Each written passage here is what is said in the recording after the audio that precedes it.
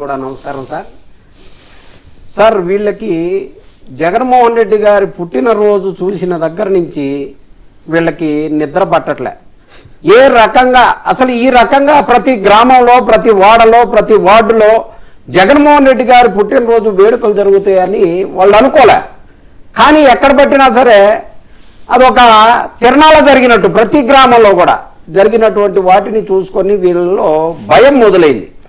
జగన్మోహన్ రెడ్డి అనేవాడు రాబోయే రోజుల్లో మళ్ళీ ముఖ్యమంత్రి కాబోతున్నాడన్న ఫీల్ కనపడుతుంది. కాబట్టి ప్రజలని భయభ్రాంతులకు గురి చేయాలి, ఆ కార్యక్రమంలో పాల్గొన్న వాళ్ళని అదిరించాలి, బెదిరించాలి అని చెప్పేసి వాళ్ళ యొక్క ఉద్దేశం. దానికి తగ్గట్టుగా వాళ్ళు మాట్లాడుతూ ఉన్నారు.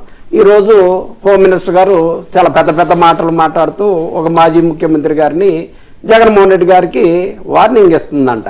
సరే, ఏది ఏమైనా మీరు ఏ వార్నింగ్ ఇచ్చినా ఏది ఇచ్చినా మీరు ప్రజలకు చేయాల్సినటువంటి మంచి గురించి మాత్రమే మేము అడుగుతాం, వేరే వాటి గురించి మేము మాట్లాడేవాళ్ళం కాదు. సరే, మరి దీన్ని ఏమంటారో ఒకసారి ఈ కార్యక్రమాన్ని తెలుగుదేశానికి సంబంధించినటువంటి తలలో వాటన్నిటిని కూడా నరికినటువంటి దీన్ని ఏమంటారో ఇదిగోండి. సార్, చంద్రబాబు నాయుడు గారు ముఖ్యమంత్రిగా ప్రమాణ స్వీకారం చేసినప్పుడు ఇటు చేసి దీన్ని మొత్తం నరికి అదిగోండి చూడండి. మరి వీళ్ళ మీద ఎంతమంది మీద చర్య తీసుకున్నారు? అఖండ సినిమాకి సంబంధించి నిన్న 4 రోజుల క్రితం జరిగినప్పుడు కూడా కార్యక్రమాలు జరిగినాయి.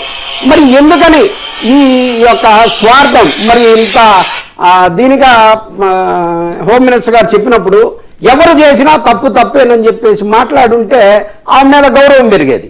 అలా కాకుండా ఏదో ఆ పదవి ఉంచుతారో ఊరబడుకుతారో మాట్లాడకపోతే అన్నట్టుగా వచ్చి జగన్మోహన్ రెడ్డి గారి మీద వార్నింగ్లు ఇస్తే పెద్దోళ్ళు అయిపోతారు అనుకుంటేనో లేకపోతే ఇంకోటో ప్రజలందరూ చూస్తూ ఉన్నారు.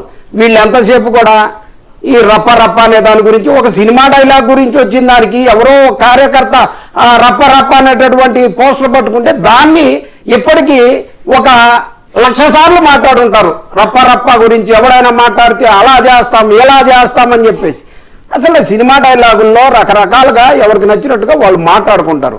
అలాగే మరి ఈ పశు బలి ఇవ్వటం అనేది ఎవరం కూడా ప్రోత్సహించడం ఎవరం చేయం. ఎక్కడ జరిగినటువంటి సంఘటన దానికి సంబంధించి చర్యలు తీసుకున్నామంటున్నారు. కానీ ఈరోజు పెద్ద మాటలు మాట్లాడి జగన్మోహన్ రెడ్డి గారికి వార్నింగ్ ఇచ్చే స్థాయికి వెళ్ళారు. వాళ్ళ వార్నింగ్లన్నీ కూడా ఇది కాదు, అసలు విషయం వారు అమరావతిలో చనిపోయినటువంటి రైతుకు సంబంధించినటువంటి వాటన్నిటిని కనపడకుండా చేయటం కోసం, అలాగే ఆ 17 మెడికల్ కాలేజీకి సంబంధించి ఒక్క టెండర్ కూడా రాలేదే అని చెప్పేసి ఆ బాధలో వీటన్నిటినీ జగన్మోహన్ రెడ్డి గారికి వార్నింగ్ ఇచ్చి ఇవన్నీ చేసి మీడియా డైవర్ట్ పాలిటిక్స్ చేయటం కోసం మాత్రమే చేస్తూ ఉన్నారు. అలాగే మీరు ఇందాక మాట్లాడుతూ శివాజీ గారి గురించి మాట్లాడారు. సార్, శివాజీ గారి గురించి, సినిమా వాళ్ళ గురించి ఎంత తక్కువ మాట్లాడితే వాళ్ళకి మహిళల పట్ల ఎంత గౌరవం ఉందనేది మనం రకరకాల వేదికల్లో చూసాం. బాలకృష్ణ గారు మాట్లాడారు, కడుపైనా చేయాలి, ముద్దైనా పెట్టుకోవాలి అని బహిరంగ స్టేజీల మీదనే. వాళ్ళకి అసలు మహిళల పట్ల ఏ రకమైనటువంటి గౌరవం ఉండదు. ఎందుకంటే శివాజీకి మీడియా పట్ల, మీడియాతో మాట్లాడేటప్పుడు ఎలా మాట్లాడాలో మైకు గురించి తెలియనటువంటి వ్యక్తి కాదు. అన్ని విషయాలు తెలుసు. దాని వెనకాల రకరకాల కార్యక్రమాలు ఉంటాయి. వాళ్ళు పబ్లిసిటీ చేసుకోవడం కోసం వాళ్ళు చేస్తూ ఉన్నారు. ఇలాంటి వాళ్ళని, మహిళల్ని అగౌరవపరిచే వాళ్ళని ఖచ్చితంగా శిక్షించాల్సిందే. ఇలా సినీ ఫీల్డ్లో జరుగుతూనే ఉన్నాయి. మరి వీటన్నిటికీ చెక్ పెట్టాలంటే వాళ్ళు మనసు మార్చుకొని ఇది తప్పు అని చెప్పేసి వాళ్ళు తెలుసుకుంటే తప్పితే మంచి జరగదు. Right, okay. బాలకోటి గారు నమస్తే. బాలాజీ, మీరు సిగ్నల్లోకి వెళ్ళాలండి, లైట్ లేదు మీకు. ఒక్కసారి ఓకే బాలకోటి గారు. వర్మ గారు, ఓకే బాగానే ఉంది నాకు. ఓకే, మీరు ఓకేలేండి, మీరు ఓకే. ఈయన మీరు ప్లేస్ మారాలి. బాలాజీ, మీరు లేట్ చేయొద్దు, మీరు వెళ్ళండి. మీరు ఏదో మెయిన్ ప్లేస్కి వెళ్ళండి. మీరు అక్కడ ఉంటే ఎవరికి ఏం తెలియట్లేదు, మీరో కాదో కూడా తెలియట్లేదు. 5 minutes. ఓకే బాలకోటి గారు, ఏంటి అనితి గారు ఒక్కసారిగా ఫుల్ ఫైర్లో ఇస్తున్నారు హోంమంత్రి గారు జగన్మోహన్ రెడ్డి గారికి? వర్మ గారు నమస్తే. నమస్తే. డిబేట్లో ఉన్న మిత్రులందరూ కూడా నమస్కారాలు. తప్పే ఉంది వర్మ గారు. మేము 29కి అధికారంలోకి రాగానే గంగానమ్మ జాతరలో పొట్టేలను నరికినట్టు నరుకుతామని ఫ్లెక్సీ బ్యానర్లు పెడితే వైసీపీ నాయకులు దానికి మద్దతు పలికితే, లేదా పొట్టేలను తెచ్చేసేసి పెద్ద పెద్ద కత్తులు తీసుకొని వాటిని నరికి జగన్మోహన్ రెడ్డి గారి నురుదుటికి రక్తాభిషేకాలు చేస్తుందంటే రాష్ట్రంలో ప్రభుత్వం చేతులు పెట్టుకుని కూర్చుంటుందా? నరుకుతాం ఉంటే నరకండ గారిని మెడదాపిద్దట మెడ ఉంచుకొని. ఇది ప్రభుత్వం కదా. ఈయనేదో వీడియో ఇది చూపిస్తున్నాడు కదా. కాదు, ఇదేదో వీడియో చూపిస్తున్నారు, ఇక్కడ కూడా నడికారండి టీడీపీ వాళ్ళు. తల చూపిస్తారా ఏంటి? వర్మ గారు, ఉమ్, మీరు కత్తి పట్టుకొని రహదారి మీద నడుచుకుంటూ వెళ్ళండి.